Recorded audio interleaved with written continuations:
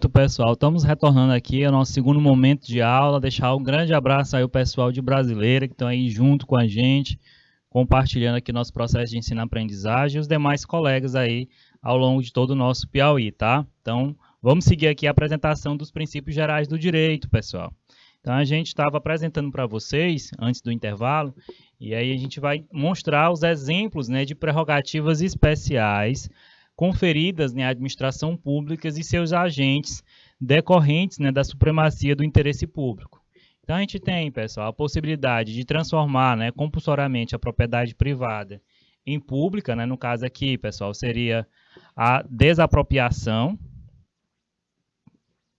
E aí aqui é uma figura, né, que a gente consegue encontrar dentro da nossa Constituição Federal, quando tem um interesse público, né, superior ao interesse privado, se tem essa transformar, né, de forma compulsória essa propriedade privada em pública. A gente tem, pessoal, autorização para usar, né, a propriedade privada em situações de iminente perigo público, seria uma requisição de bens. Então, um exemplo, a requisição de um veículo particular pela polícia para perseguir um criminoso. Então, seria uma possibilidade, né, de requisição de bens de forma temporária, pessoal. O 3, poder de convocar, né, particulares para execução compulsória, né, de atividades públicas, seria uma requisição de serviço. Por exemplo, a convocação de mesários, né, para eleição, que aconteceu em todo o nosso Brasil, né, essa convocação para pessoas colaborar, né, no nosso processo eleitoral. Então, requisição de serviços. O item 4, pessoal. Prazos processuais em dobro, né, para contestar, recorrer e responder recurso. Então, o Estado, ele sempre vai ter esse prazo em dobro, né, seja para contestar, para recorrer ou responder um possível recurso. O 5, pessoal, dever de o particular dar passagem no trânsito, né, para as viaturas, sinalizando situações de emergência. E aí aqui, pessoal, está se referindo tanto à viatura da polícia, que vinha estar numa perseguição de algum ato infracional, né, um ato criminoso. Então, o carro da polícia ele vai estar ali caracterizado, né, ele vai ligar a sirene e a iluminação, né, de chamando a atenção. Então, os motoristas que vão estar naquela via, eles devem, né, ir para o acostamento e dar passagem para a viatura da polícia. Da mesma forma, a ambulância, né? A ambulância está ali levando um paciente que precisa de cuidados médicos emergentes, e aí ele vai ligar lá também a sinalização, a sirene, para que avise, né, os condutores que estão à frente, para que abra passagem, porque ele precisa, né, da urgência até chegar ao hospital. Então, aqui a gente, dentro do direito administrativo, né, a gente apresenta exemplos, né, de prerrogativas especiais que vão ser conferidas, né, à administração pública e os seus agentes, né, na figura do interesse público. Então, olha que interessante, né? E é algo que a gente vê no nosso dia a dia. A gente tem, pessoal, a presunção da legitimidade dos atos administrativos também, a impenhorabilidade, né, dos bens públicos, a gente vai estar falando também bastante sobre isso. E aí aqui a gente traz um quadro resumo, pessoal, que traz as noções centrais, né, dos superprincípios, que a gente tem a supremacia do interesse público primário sobre o privado, que vai refletir, né, os poderes da administração pública, e a indisponibilidade, né, do interesse público, que reflete, né, pessoal, os direitos dos administrados. Então, aqui é um quadro, né, que a gente consegue ter a percepção dos dois centrais, né, supraprincípios. E aí a gente vai apresentar, pessoal, para vocês os princípios constitucionais, né? Que são os princípios, pessoal. Esses princípios constitucionais do direito administrativo são os princípios expressos, né? Explícitos ou expressos, né? E estão diretamente previstos na nossa Constituição Federal de 88. Então, o dispositivo constitucional que trata os princípios administrativos é o artigo 37 caput do texto de 88, né, da Constituição Federal de 88. Então, diz o seguinte, pessoal, a administração pública, direta ou indireta, de qualquer dos poderes da União, dos estados, do Distrito Federal e dos municípios, vão obedecer aos princípios, né, de legalidade, impessoalidade, moralidade, publicidade e eficiência. E aí aqui, pessoal, a gente apresenta também uma figura traga, né, para o professor Maza, que auxilia, né, na memorização do nome, né, desses 5 princípios mencionados nesse artigo 37 caput. Então, usando a regra mnemônica, né, a gente tem o LIMP que vai representar o nome, né, dos princípios constitucionais: legalidade, impessoalidade, moralidade, publicidade e eficiência. É muito importante, assim, às vezes no momento de uma prova, a gente lembra dessa palavra LIMP e consegue ter a lembrança dos princípios, né, que são 5 princípios. E aí a gente vai apresentar cada um desses princípios. Então a gente tem o princípio da legalidade, que ele é inerente, pessoal, ao Estado de Direito. Então o princípio da legalidade, ele representa, né, a subordinação da administração pública à vontade popular. Então o exercício da função administrativa, pessoal, ela não pode ser pautada, né, pela vontade da administração ou dos agentes públicos, mas ela deve, obrigatoriamente, respeitar a vontade da lei. E aí a gente vai apresentar, pessoal, 3 pontos na nossa Constituição Federal que vão estar tratando, né, exatamente desse princípio da legalidade. Então a gente tem aqui o artigo 37 caput, né, que a gente acabou de ler no slide anterior, em que ele diz: a administração pública direta e indireta de qualquer dos poderes, né, vai obedecer aos princípios da legalidade. E esse aqui é o principal ponto que vai trazer a referência não só à legalidade, mas aos demais princípios. Vamos seguir aqui, pessoal. A gente tem um artigo 5º, né, inciso 2, que diz o seguinte, também da Constituição Federal, pessoal: ninguém será obrigado a fazer ou deixar de fazer alguma coisa senão em virtude de lei. Então tem que ter uma lei para que se possa cobrar, né, alguma ação específica do indivíduo na nossa sociedade. Se não tiver uma lei específica, não tem por que criar a obrigação dessa pessoa fazer ou deixar de fazer alguma coisa dentro da nossa vontade, né, no nosso seio social.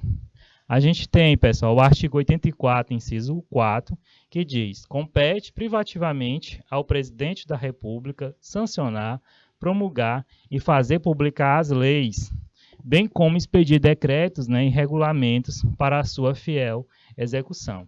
Então, nesses 3 artigos da nossa Constituição, a gente apresenta para vocês a figura, né, do entendimento do princípio da legalidade, né? Ele faz o chamamento da ideia do princípio da legalidade.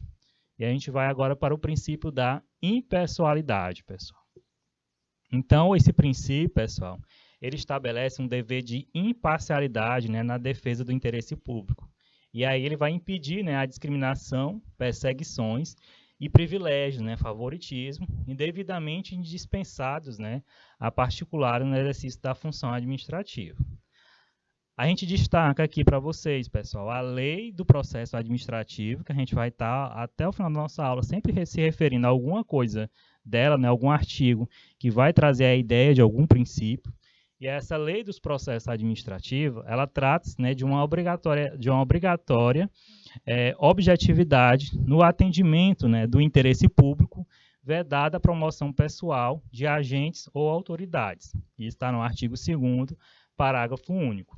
Então, nesse princípio da impessoalidade, pessoal, ele está dizendo exatamente o seguinte: o agente público, ele não vai agir com parcialidade numa ação que ele vá defender ao Estado ou interesse público como um todo. Então, ele tem que ser imparcial. Quando ele se sentir, no caso, numa figura de gerar essa situação, né, de privilégio, favoritismo, ele pode declinar a situação de ser substituído, né, por alguém que possa estar nas tratativas, né, daquele interesse público e manter a imparcialidade seguindo o princípio, né, da Constituição. Aí a gente segue aqui para o princípio da moralidade, pessoal. Então, no princípio da moralidade, é um padrão de comportamento, né, ao ser observado pelos agentes públicos, né, e não houve a juridiciação de todas as regras morais vigentes na sociedade. Então, o cumprimento, né, à lei automaticamente, a moralidade também vai ser atendida. Então, a moral administrativa, pessoal, ela vem a ser orientada para uma distinção prática, né, entre a boa e a má administração. E o que é que a gente tem, pessoal, dentro do conteúdo da moralidade? Então, a moralidade administrativa, a gente tem a figura da honestidade, a ética, né, a probidade, a lealdade, o decoro e a boa-fé. Então, a moral administrativa, ela vai estar envolvida, né, nesses 6 contextos, né, que vão fazer parte do conteúdo da moralidade. E aí, a partir disso, pessoal, a gente consegue ter a percepção, né, da conduta moral dentro do processo do serviço público. Então, olha o que é interessante, pessoal. A gente consegue fazer o link até com disciplinas de vocês que vocês viram anteriormente, quando tratou sobre a ética, né? Quando tratou sobre a moral. E aí a gente traz aqui alguns pontos que vocês já estudaram, né, de algum modo superficial no direcionamento da disciplina e consegue, né, linkar ao entendimento da nossa disciplina agora, né, que é direito administrativo e empresarial. Vamos seguir aqui, pessoal, para o próximo princípio. Princípio da publicidade. Então, o princípio da publicidade, pessoal, ele pode ser definido, né, como o dever de divulgação oficial dos atos administrativos.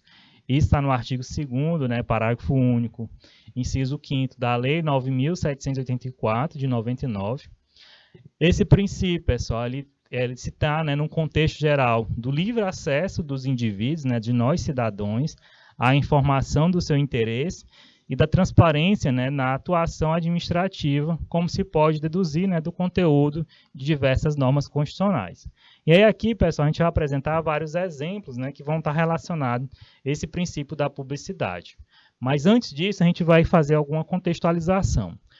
A publicidade, do princípio da publicidade, pessoal, o poder público ele vai estar o tempo todo, né, pautado na divulgação, né, das suas movimentações, dos seus regramentos, das suas decisões, né, a toda a nossa sociedade.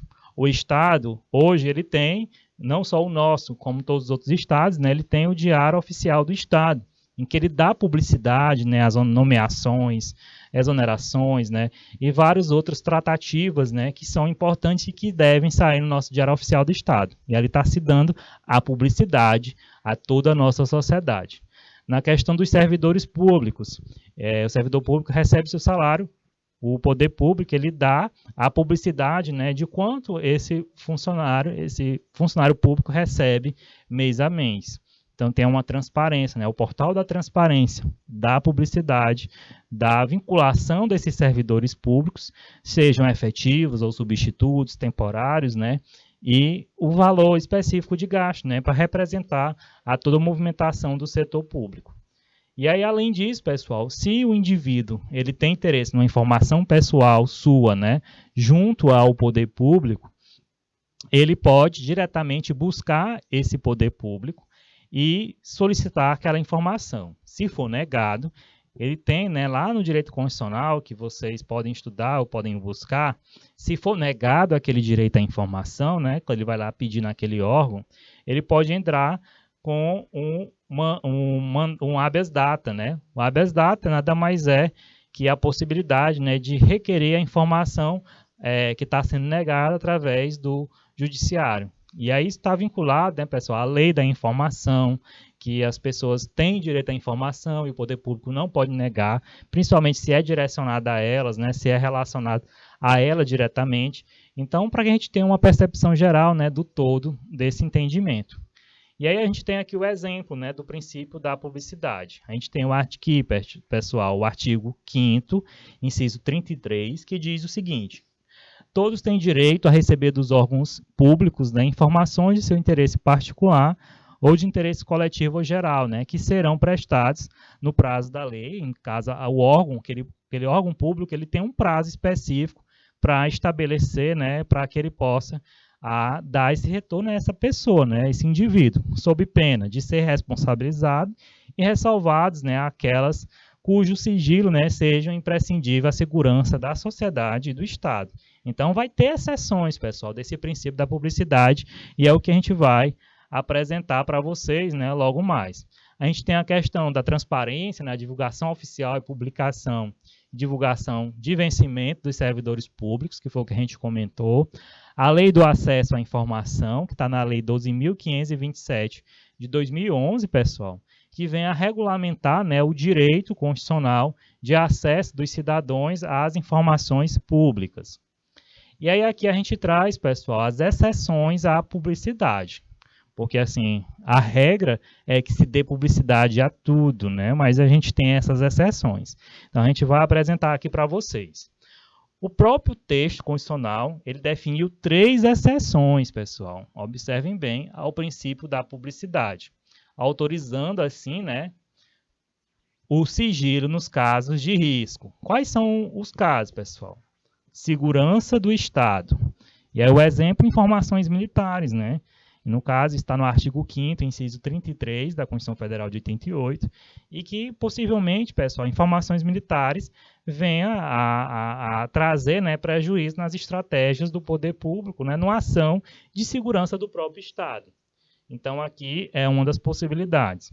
A gente tem a segurança da sociedade, está no artigo 5º, inciso 33 também da Constituição Federal, que fala, como exemplo, sigilo das informações sobre o interior de uma usina nuclear, né, para evitar atentados terroristas. Então, assim, a informação do funcionamento, né, do dinamismo da usina nuclear não pode ser dado para a sociedade como um todo, né, porque dentro da sociedade vai ter pessoas boas, vai ter pessoas de má conduta, e aí para evitar, né, possíveis atentados terroristas, né? Então, pensando na segurança da sociedade, é uma exceção à publicidade, né, as informações sobre funcionamento no interior de usina nuclear.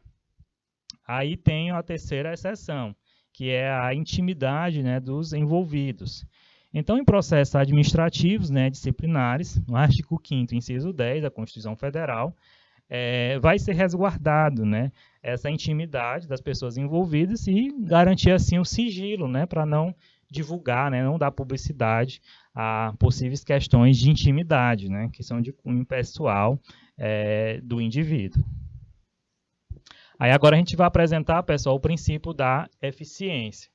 Então, o princípio da eficiência, pessoal, a gente acrescenta aqui para vocês, ele é acrescentado no artigo 37 caput, e aí esse princípio da eficiência até 98 ele não estava incluso, né? Então, esse princípio da eficiência, ele veio, pessoal, na emenda constitucional número 19 de 98, em que diz o seguinte: o princípio da eficiência foi um dos pilares, né, dessa reforma administrativa e que procurou implementar, né, o modelo de administração pública gerencial voltada, né, para um controle de resultados na atuação estatal. E a gente não pode, pessoal, confundir os seguintes conceitos. Eficiência, né, que seria o modo pelo qual se exerce a função administrativa. A eficácia, pessoal, que diz respeito aos meios, instrumentos, né, os meios e instrumentos empregados pelo agente. E efetividade, que é voltado, né, para os resultados de uma atuação. Então, o princípio da eficiência, pessoal, ele vai estar voltado, né, para o controle de resultado, né, na atuação do estatal. Será o modo pelo qual se exerce, né, essa função administrativa e vai estar vinculado, né, a esse controle dos resultados que vai ser atingido, né, pela sua atuação estatal. Aí um cuidado aqui, pessoal, que é importante a gente chamar a atenção de vocês. O rol dos princípios constitucionais do direito administrativo, ele não vai se esgotar no artigo 37 caput. A gente vai encontrar, e esse aqui é importante porque outros autores, né, que com o avanço, né, do pensamento, da doutrina administrativa, conseguiu visualizar, né, e começou a apontar outros princípios presentes, né, na nossa própria Constituição. Então, a gente tem outros princípios administrativos expressos na Constituição Federal de 88. E a gente vai destacar aqui o princípio da participação, artigo 37, parágrafo 3º da Constituição, em que diz: a lei deverá estimular as formas de participação do usuário na administração pública direta e indireta. E aí a gente tem, pessoal, o princípio da celeridade processual. Está onde, pessoal, esse princípio? No artigo 5º, inciso 78 da Constituição Federal, que eu até comentei em outro momento. Olha o qual é importante a gente aprender os algarismos romanos, né, na matemática. Então, o artigo 5º, inciso 78 da Constituição, vai estar o princípio da celeridade processual, que diz o seguinte, pessoal: assegurar a todos, no âmbito judicial e administrativo, a razoável duração do processo e os meios, né, que garantam a celeridade na sua tramitação. A questão, pessoal, do princípio do devido processo legal, formal e material está no artigo 5º, né, inciso 54 da Constituição, em que trata a privação da liberdade, né, de liberdade ou de bens, ela só poderá ser aplicada após o devido processo legal. Então, esse princípio aqui, pessoal, está dizendo exatamente o quê? Que para que tenha, né, digamos, a privação de alguma liberdade sua ou de qualquer bem que você tenha, tem que se passar o processo judicial por todas as esferas, até o último recurso, se assim você recorrer e transitar em julgado, e aí se tiver o devido processo legal, se tem a garantia, né, da efetividade da ação desse princípio. A gente tem um princípio, pessoal, do contraditório, está no artigo 5º, inciso 55 da Constituição, que diz: é necessário dar oportunidade para que os afetados, né, pela decisão seja ouvida, né, antes do resultado final do processo. Nesse princípio do contraditório, pessoal, é que a pessoa ela tem direito, né, se alguém está dizendo algo contra ela, ela tem o direito de ir lá e se defender, né, antes que seja executada alguma sentença contra essa pessoa. Então, o contraditório é exatamente isso. A ampla defesa, pessoal, que tem uma relação próxima, está no mesmo artigo e no mesmo inciso, que é o 55 da Constituição.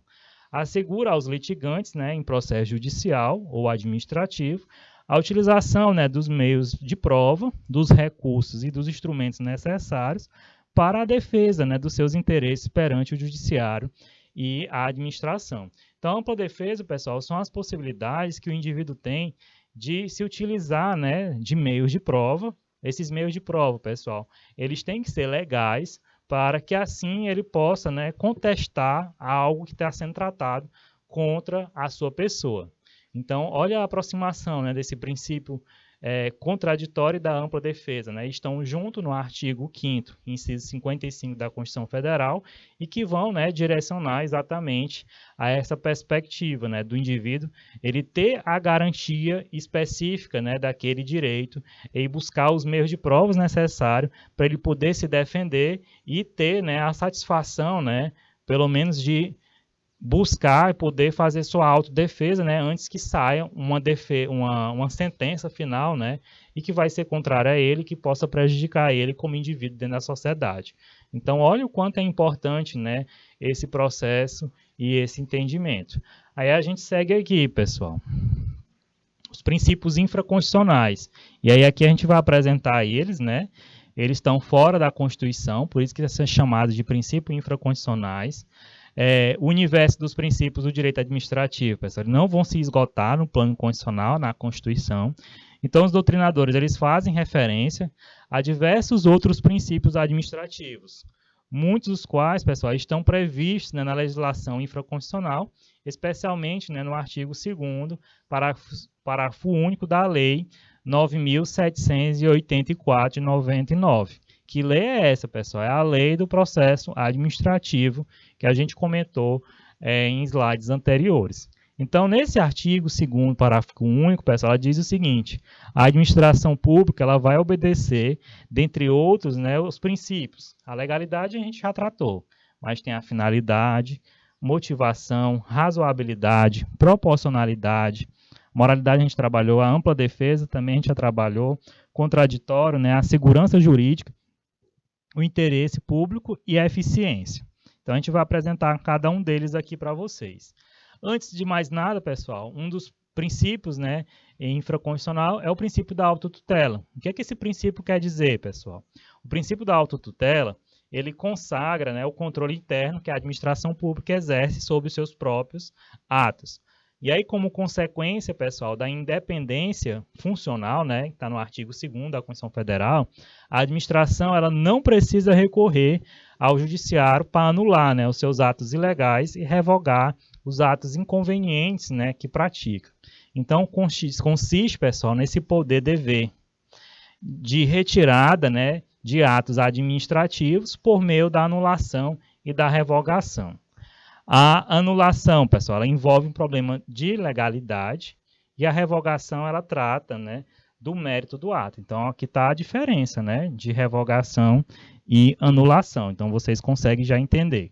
Então, o direito, ele otorga, pessoal, o poder de autotutela ou autoproteção, porque ele dispensa, né, a obrigatoriedade da intervenção judicial para a proteção dos direitos. Então, o próprio poder público, ele pode anular, dependendo das circunstâncias, ou revogar, né, alguma ação sem precisar, alguma decisão, né, sem precisar recorrer, né, e buscar o judiciário para resolutividade dessa situação.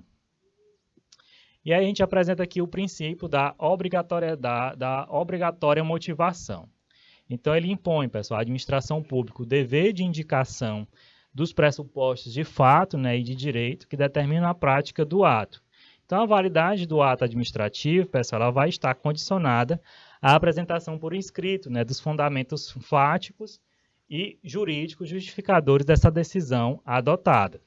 Então, o dever de motivar, pessoal, os atos administrativos, ele encontra, né, fundamentado em alguns dispositivos normativos. A gente vai apresentar aqui 2 para vocês.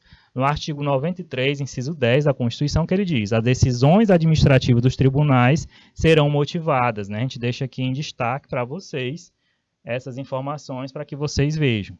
No artigo 50 da Lei 9.784 de 99, ela diz: os atos administrativos deverão ser motivados, com indicação dos fatos, né, e dos fundamentos jurídicos.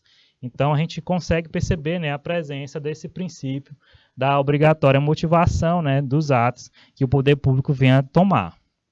A gente traz o princípio da finalidade, pessoal. E aí ele está definido no artigo 2º, né, o parágrafo único da lei.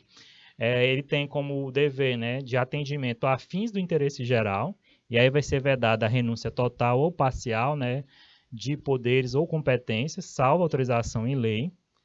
A gente tem, pessoal, o princípio da razoabilidade, que ele diz o seguinte: ser razoável é uma exigência, né, inerente ao exercício de qualquer função pública, sob a vigência, né, do Estado de Direito.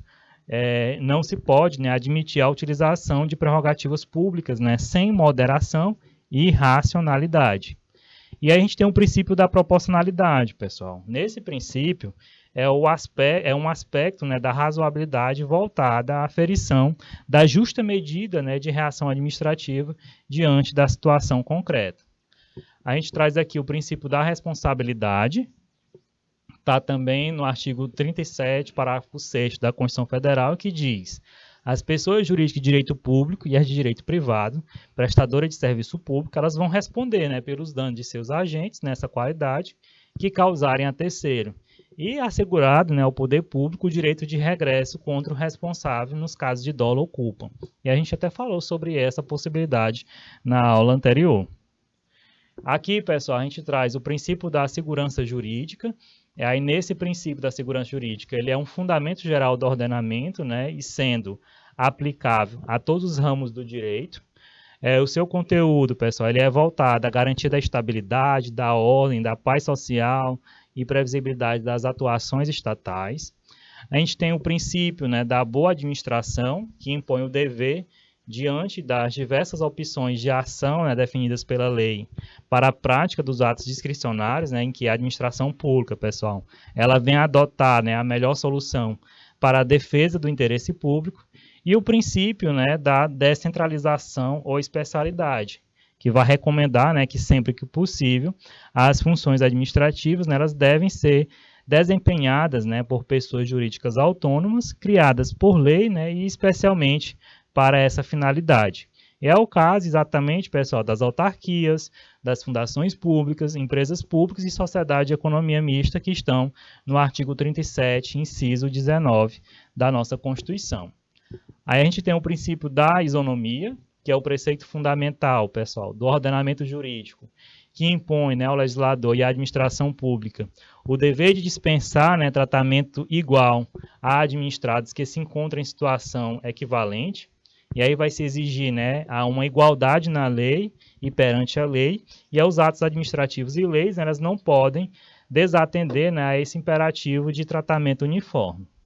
A gente tem, pessoal, o princípio da hierarquia, que vem estabelecer as relações, né, de coordenação e subordinação entre os órgãos da administração pública direta. E a gente tem o princípio da dignidade da pessoa humana, que é um princípio muito importante, né, em todas as outras relações, não só no direito administrativo. Está no artigo 5º, inciso 3º da Constituição Federal, em que afirma, né, o postulado da supremacia do homem sobre tudo aquilo por ele criado e enfatiza, né, a obrigatoriedade de observância nas atividades da administração pública dos direitos fundamentais. Então, até aqui, pessoal, a gente tem toda essa percepção, né, dos princípios infraconstitucionais. E aí a gente vai aqui praticar, pessoal, a gente vai comentar cada uma dessas questões com vocês. E a gente vai considerar o fragmento, né, e julgar certo ou errado. Então, ao contrário dos particulares, né, que podem fazer tudo aquilo que a lei não veda, pelo princípio da legalidade, a administração, pessoal, ela só pode realizar o que lhe é expressamente autorizado em lei. E aí essa alternativa aqui, pessoal, ela está certíssima. Aí a gente segue aqui para o item 2, pessoal. No princípio da impessoalidade, traduz-se, né, a ideia de que a administração ela tem que tratar todos os administrados, né, sem discriminação, benéficas, né, e detrimentosas. E esse princípio da impessoalidade é a questão de agir, né, com imparcialidade. Também está certíssimo. E aí o item 3, pessoal, diz o seguinte: o princípio da publicidade, ele visa, né, dar transparência aos atos da administração pública e contribuir, né, para a concretização do princípio da moralidade administrativa. E aí aqui também é um item correto, que está falando exatamente, né, da publicidade dentro do seio, né, do entendimento de todas as ações do poder público. E aí aqui, pessoal, a gente entra no último tópico da nossa aula, que é a administração pública, atos administrativos. Então, o ato administrativo, pessoal, ele cumpre um importante papel de controle, né, sobre as atividades da administração pública.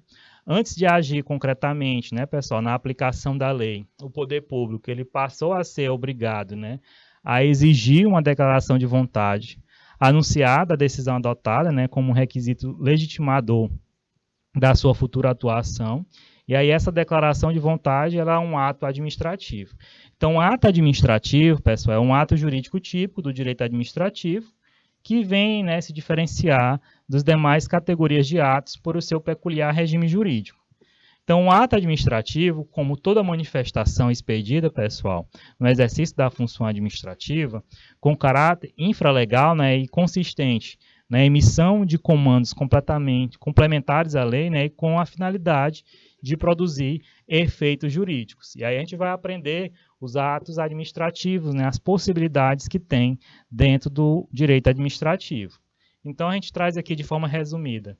A ação concreta, né, destinada a executar o ato administrativo é o fato administrativo. Então, é a ação concreta, né, decisão executória.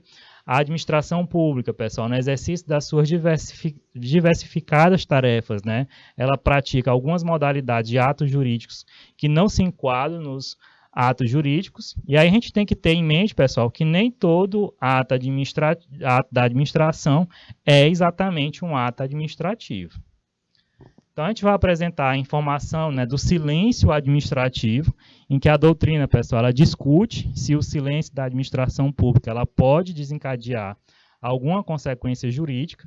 Em regra, a inércia administrativa ela não tem importância para o direito, mas pode ocorrer, pessoal, que a lei venha atribuir, né, algum significado específico ligando efeitos, né, jurídicos à omissão da administração.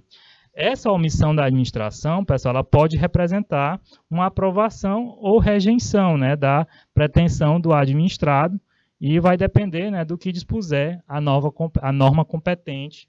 E aí isso foi dito por Meirelles, um dos teóricos da administração. A gente vai apresentar aqui, pessoal, os atributos do direito administrativo. E aí, entre os atributos, pessoal, a gente tem a presunção da legitimidade, a imperatividade, exigibilidade, né, autoexecutoriedade e a tipicidade. Então, vamos lá. Presunção da legitimidade.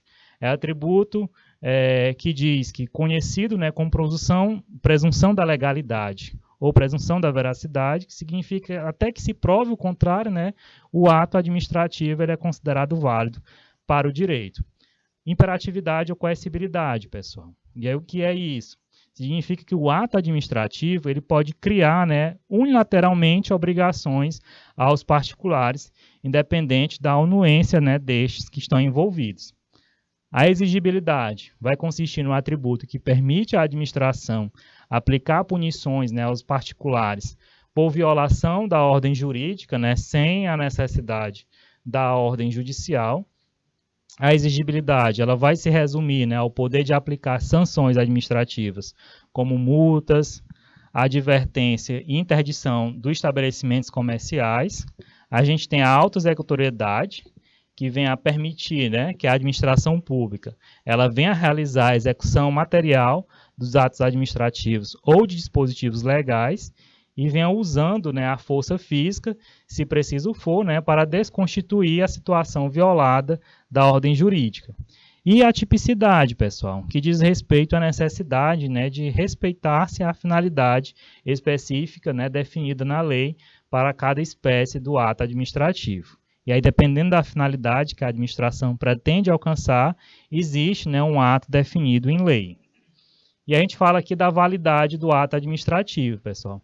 Então, no entendimento da validade, do plano da validade, a gente vai investigar a conformidade do ato administrativo com os requisitos, né, fixados no ordenamento para a sua correta produção. O juízo de validade, pessoal, ele pressupõe a existência do ato, né, a razão pela qual só se pode falar em ato válido, né, ou inválido após a integral cumprimento do seu ciclo de formação. A doutrina ela fala em requisitos, né, pressupostos ou elementos para se ferir as condições de validade do ato administrativo. E a gente traz aqui o entendimento de eficácia do ato administrativo. Então, no plano da eficácia, se analisa, né, a aptidão do ato para produzir os efeitos jurídicos. Então, o mérito, né, o destino natural do ato administrativo, pessoal, é ser praticado com a finalidade de criar, declarar, modificar, preservar, extinguir direitos e obrigações. O mérito do ato administrativo, pessoal, é a margem, né, de liberdade que os atos discricionários recebem da lei para permitir aos agentes públicos escolher, né, diante da situação concreta, qual a melhor maneira de atender aos interesses públicos, né? E aí trata-se, pessoal, de um juízo de conveniência e oportunidade, né, que constitui o núcleo de função típica do Poder Executivo, razão pela qual, né, é vedado ao Judiciário controlar o mérito do ato administrativo. E a gente vai apresentar as principais classificações, pessoal. A gente vai se prender bastante à principal mesmo, que é apresentar os atos vinculados e discricionários, em que os atos vinculados, pessoal, vão ser aqueles praticados pela administração sem margem alguma de liberdade, pois aí a lei define de antemão todos os aspectos da conduta. A gente traz aqui exemplos. A aposentadoria compulsória do servidor que completa 75 anos de idade, e está na legislação da Constituição, né, no lançamento tributário, na licença para construir. Os atos vinculados, pessoal, aqui é uma observação importante, eles não podem ser revogados, porque eles não possuem método, que é o juízo de conveniência e oportunidade relacionada à prática do ato, mas eles podem ser anulados por vício da legalidade. Então, aqui é uma observação importante.